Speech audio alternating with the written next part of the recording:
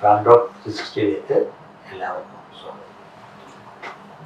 ഇന്ന് നമ്മൾ എവിടെ തിരിഞ്ഞു നോക്കിയാലും അവിടെ എല്ലാം ക്ഷേത്രങ്ങളുടെ ദേവപ്രശ്നത്തിന്റെ ബാനറുകളും ബോർഡുകളുമാണ് കാണുന്നത്. അപ്പോൾ യഥാർത്ഥത്തിൽ ഈ ദേവപ്രശ്നത്തില് നാട്ടുകാർക്ക് അറിഞ്ഞുകൂടാത്ത കുറേ കാര്യങ്ങൾ, കുറേ ആളുകൾ വന്നിരുന്ന് കുറേ കാര്യങ്ങൾ പറയുന്നു. സാമാന്യ ജനത്തിന് ഇതൊന്നും അറിഞ്ഞുകൂടാത്ത ശാസ്ത്രമാണ് പറയുന്നത്. അപ്പോൾ യഥാർത്ഥത്തിൽ ഈ സാമാന്യ ജനത്തിന്റെ അറിവില്ലായ്മയെ അവിടെ മുതലാക്കുകയോ ഈ ദേവപ്രശ്നം കൊണ്ട് ചെയ്യുന്നത് അങ്ങനെ എങ്ങനെയാണ് കാണുന്നത്? സാമാന്യ ജനങ്ങളുടെ അറിവിനെ മുതലാക്കുകയാണ് എന്ന് പറഞ്ഞാൽ പൂർണ്ണമായിട്ട് ശരിയാണെന്ന് പറയാനൊക്കത്തില്ല. പക്ഷെ അതെല്ലാം തെറ്റാണെന്നും പറയാനൊക്കത്തില്ല. പലപ്പോഴും ഈ ദിവസങ്ങളോളം ഈ അഷ്ടമംഗല പ്രശ്നങ്ങൾ പല സ്ഥലങ്ങളിൽ നിന്നാളുകളൊന്നും ചെയ്യാറുണ്ട്. അതിനകത്ത് ക്ഷേത്രത്തിൻ്റെ അവസ്ഥകളും അതേപോലെ ദേവകോപ കാരണങ്ങളുണ്ടെങ്കിൽ അതാണ്. മറ്റു കാര്യങ്ങളെല്ലാം വിശദമായിട്ട് വിശകലനം ചെയ്ത് നമ്മൾ ചർച്ച ചെയ്യും. ഇത് ആദ്യമായിട്ട് നമ്മൾ മനസ്സിലാക്കേണ്ടത്, ഈ ഒരു ദേവനെ പ്രതിഷ്ഠിക്കുക എന്ന് നമ്മൾ പറഞ്ഞാൽ നിരന്തരമായിട്ട് ഒഴുകിക്കൊണ്ടിരിക്കുന്ന പ്രകാശ കലകളെ നമ്മൾ ഒരു പോയിന്റിലേക്ക് കേന്ദ്രീകരിച്ച് വയ്ക്കുക ചെയ്യും. ഇപ്പോൾ ഭക്തജനങ്ങൾ പോയി പ്രാർത്ഥിക്കുമ്പോൾ അതിനകത്ത് അനുഗ്രഹ പ്രവാഹങ്ങൾ വരിക. അപ്പോൾ അത് ഒരു ബാറ്ററി ഫുള്ളായിട്ട് ചാർജ് ചെയ്ത് വയ്ക്കുന്നതിന് സമാനമാണ്. അപ്പോൾ ഭക്താനാം അനുകമ്പാർത്ഥം ദേവോ വിഗ്രഹവാൻ ഭവയെന്ന ഭഗവാന് ഈ അടുത്തേക്ക് ആൾക്കാർ പോകുന്നത് ഈ അവരുടെ സങ്കടത്തിന് പരിഹാരമാണ്. അല്ല, ഭഗവാൻ എനിക്കൊരു ലോട്ടറി അടിച്ചോളൂ, എനിക്കതിൻ്റെ കാരണം ഇപ്പോൾ അറിയണമെന്ന് പറഞ്ഞാലും സാറിന് നമ്മൾ പോകാറില്ല. അപ്പോൾ ആ സമയത്ത് അനുഗ്രഹ കലകളെല്ലാം ഭഗവാൻ അവരിലേക്ക് ചുരുക്കും. അപ്പോൾ സ്വാഭാവികമായിട്ടും ആ അനുഗ്രഹ കലകൾ കുറേ ക്ഷതമുണ്ട്. അതെല്ലാമാണ് ഓരോ വർഷവും റീകൂപ്പ് ചെയ്യുക. അതാണ് വാർഷിക കലശവും പറ്റുള്ള കാര്യങ്ങളൊക്കെ നടക്കുന്നത്.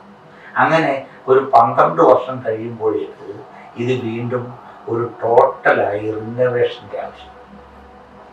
അപ്പോൾ അങ്ങനെ 10-12 വർഷം കഴിയുമ്പോൾ ഒരു ക്ഷേത്രത്തിൻ്റെ അവസ്ഥകൾ, അവിടുത്തെ ദേവതാ സങ്കല്പങ്ങളുടെ ആ സമയത്തെ പ്രത്യേകതകൾ, ഇനി നിരന്തരമായ പ്രാർത്ഥന കൊണ്ട് വേറെ ഏതെങ്കിലും സങ്കല്പങ്ങൾ അവിടെ പുതിയതായിട്ട് വന്നിട്ടുണ്ടോ എന്നുള്ള കാര്യങ്ങൾ നോക്കുക. ഈ തരം കാര്യങ്ങളെല്ലാം നോക്കി അതിനെല്ലാം പരിഹാരങ്ങൾ ചെയ്യാൻ വേണ്ടിയാണ് സാധാരണഗതിയിൽ ചെയ്യുന്നത്. ഈ 12 വർഷം കൂടുമ്പം ചെയ്യണമെന്ന് പറഞ്ഞല്ലോ. 12 വർഷം കൂടുമ്പം എങ്ങനെയാണ് ദൈവം നമ്മളെ വിളിച്ച് പറയുമോ, അതോ നമ്മളെ അറിയിക്കുമോ, ഞങ്ങൾക്ക് ദേവപ്രശ്നം ചെയ്യൂ, നിങ്ങൾ ചെയ്യൂ എന്ന് പറയൂ? അങ്ങനെ പറയത്തില്ല. കാരണം ഇപ്പോൾ നമുക്കെല്ലാം കാറും ഒക്കെ ഉണ്ടല്ലോ. അപ്പോൾ ഈ ഒരു മാരുതി കാറ് പറഞ്ഞാൽ അവരെന്തോ പറയുന്നത്, നിങ്ങൾ ബ്രേക്ക് ഇത്ര മാസം കഴിയുമ്പോൾ സർവീസ് ചെയ്യണം, അത് ചെയ്യണം. പിന്നെ ഒരു 2-3-4 വർഷം ഒരു പീരീഡ് കഴിയുമ്പോൾ കംപ്ലീറ്റ് റിനോവേറ്റ് ചെയ്യണം. അപ്പോൾ ആ സമയത്ത് ഈ ചിലപ്പോഴേ ആ കാറ് നമ്മളോട് ഒന്നും വിളിച്ച് പറഞ്ഞെന്ന് വരത്തില്ല, ഒരു കുഴപ്പവും കാണത്തില്ല. പക്ഷേ ഒരു കുഴപ്പവും ഇല്ലെങ്കിലും നമ്മൾ ആ പീരീഡ് കഴിയുമ്പോൾ ചെയ്യാം. അതേപോലെയാണ് ക്ഷേത്രങ്ങൾ. ചിലപ്പോൾ കുഴപ്പങ്ങൾ വരത്തില്ല. എന്നാൽ ഈ നമ്മുടെ ഈ ബ്രേക്കിന് 6 കൊല്ലത്തെ ഗ്യാരണ്ടി ഉണ്ട്, പക്ഷെ 3 കൊല്ലമായപ്പോൾ നിന്ന് പോയി ചെയ്യാതിരിക്കുന്നത്. അതേപോലെ ക്ഷേത്രത്തിലും ചില കാര്യങ്ങൾ ആ പീരീഡിന് മുമ്പ് തന്നെ ലക്ഷണങ്ങളുണ്ട്. അതെങ്ങനെയാണ് ആ ദേവകോപം? അത് ദേവകോപ കാരണങ്ങൾ കണ്ടെത്താൻ പ്രത്യേക മാർഗങ്ങളുണ്ട്. അത് ഈ ദേവ സങ്കല്പങ്ങളുമായിട്ട് ബന്ധപ്പെട്ട് നിൽക്കുന്ന അതിന് നമ്മൾ സ്റ്റേക്ക് ഹോൾഡേഴ്സ് എന്ന് ബിസിനസ്സിലും ഇൻഡസ്ട്രിയിലും പറയാമെങ്കിൽ ഇവിടെ അങ്ങനല്ല. ഇവിടെ തന്ത്രിയുണ്ട്, പിന്നെ അതേപോലെ ദേവതകൾ തിരുമേനിമാരുണ്ട്, കഴകമുണ്ട്, ഭക്തജനങ്ങളുണ്ട്, എല്ലാവരും ഉണ്ട്. അവരിൽ പലർക്കും ഉണ്ടാകുന്ന അസാധാരണമായ ചില അനുഭവങ്ങളും ക്ഷേത്രത്തിന് ചുറ്റും ഉണ്ടാകുന്ന അനുഭവങ്ങളെല്ലാമാണ് ദേവകോപ കാരണങ്ങളായി നമ്മൾ കണക്കാക്കുന്നത്. നിയമം ക്ഷേത്രയെ മൃദു മരണം, അങ്കണത്തിലും മണ്ഡപത്തിലും ഉണ്ടാവുക, അങ്ങനെ ബിംബം ചിരിക്കുന്നോണെന്ന് തോന്നുക, കരയുന്നോണെന്ന് തോന്നുക, അല്ലെങ്കിൽ അസാധാരണമായിട്ട് സംഭവം, ഇങ്ങനെ ഏതെങ്കിലും സംഭവങ്ങൾ ഉണ്ടാകുമ്പോൾ അത് നമ്മൾ തന്ത്രിയുടെ ശ്രദ്ധയിലാണ് സാധാരണഗതിപ്പെടുത്തുന്നത്. എന്നിട്ട് തന്ത്രിക്ക് നിയതമായിട്ട് ഇന്നതാണ് കാരണമെന്ന് അറിയാമെങ്കിൽ, അദ്ദേഹം കോൺഫിഡൻ്റ് ആണെങ്കിൽ, അദ്ദേഹത്തിൻ്റെ തപശക്തി എല്ലാവരും പെർമിറ്റ് ചെയ്യുന്നുണ്ടെങ്കിൽ അത് പരിഹാരം. അതല്ല എന്നുണ്ടെങ്കിൽ ദേവന്റെ ഹിതം നോക്കണം. അതാണ് ആചാര്യവചനം രാജ്യം, ക്ഷേത്രാചാര ബുദ്ധിഷം. ക്ഷേത്രത്തിൻ്റെ ആചാരബുദ്ധികളിൽ ആചാര്യൻ്റെ വചനം രാജ്യം, ആചാര്യൻ തന്ത്രിയാണ്. തേഷാം തർക്കേതു, അദ്ദേഹത്തിന് സംശയമുണ്ടെങ്കിൽ ദൈവത്തിനെ വിളിച്ച് ഭഗവാൻ അതാ പ്രശ്നമുണ്ട്. തത്രാപി സംശയഗ്രസ്തേ, എന്നിട്ടും സംശയം മാറുന്നില്ലെങ്കിൽ ആ നാട്ടിലും ചുറ്റുവട്ടത്തും ഉള്ള പണ്ഡിതന്മാരെ എല്ലാവരെയും കണ്ട് അവരുടെ അഭിപ്രായങ്ങൾ കൂടെ കോർത്തിണക്കി ഒരു പരിഹാരം.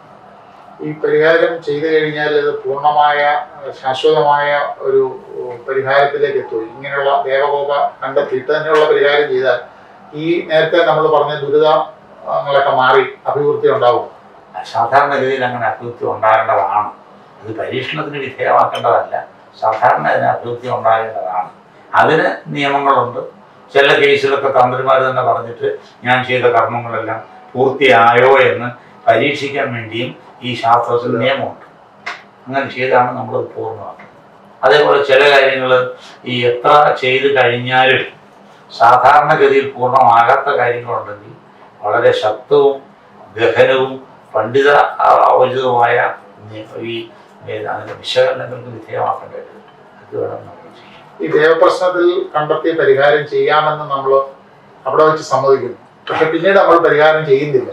അത് സാധാരണയുള്ള എല്ലാ വാക്കുകൾ ലംഘനങ്ങളെയും പോലെ ഇതും കണക്കാക്കുമ്പോൾ തീർച്ചയായിട്ടും അവിടെ വീണ്ടും ദേവകോപം ഉണ്ടാകും. ദേവകോപം ഉണ്ടാകാൻ സാധ്യതയുണ്ടല്ലോ. അങ്ങനെയുണ്ടല്ലോ പറയും. എല്ലാം വാക്കിൻ്റെ ഏറ്റവും പ്രധാന വാക്കാണ്.